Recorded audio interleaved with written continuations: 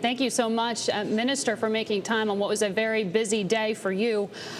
So let's get straight to it. Mark just outlined the situation that the country is facing right now. In addition to these capital infusions, we now know that Allied Irish and Bank of Ireland have about 30 days to outline how they plan to restructure. Bank of Ireland says today they can raise a lot of this capital privately. What's happening with Allied Irish? We know that the country stands ready to help, but can you say whether or not the government will end up with a majority stake in Allied Irish?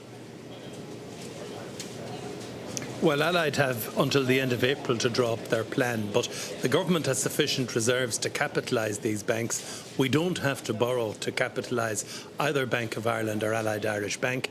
Bank of Ireland have already come up with a plan which has secured substantial support from the European authorities in Brussels. So we're confident we can certainly keep Bank of Ireland in a minority state position.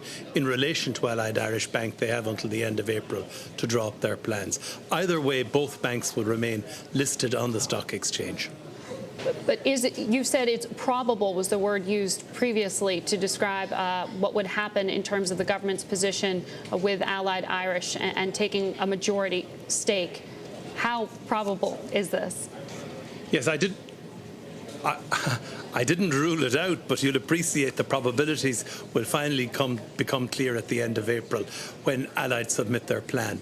But look, there will continue to be private participation in Allied Irish Bank, and if there is a majority stake necessary to capitalise the institution adequately, this government has reserves to do that. We don't have to borrow to do it. That's the position on Allied Irish Bank. Yesterday, you also outlined plans to take on a bad bank structure some of the sour property loans here, a book value there of 80 billion euros, half the size of the economy. What has been the public reaction so far to this? We know that when we look elsewhere in Europe, in Greece, the austerity measures met with public strikes, public spectacles. How are you selling this at home? No, we've had a very severe crisis like many other European countries, but we decided to tackle it aggressively, both on the fiscal front, where we've seen big reductions in public expenditure, on the banking front, where we've decided we need to cleanse the banks as quickly as possible and get them back supporting the economy.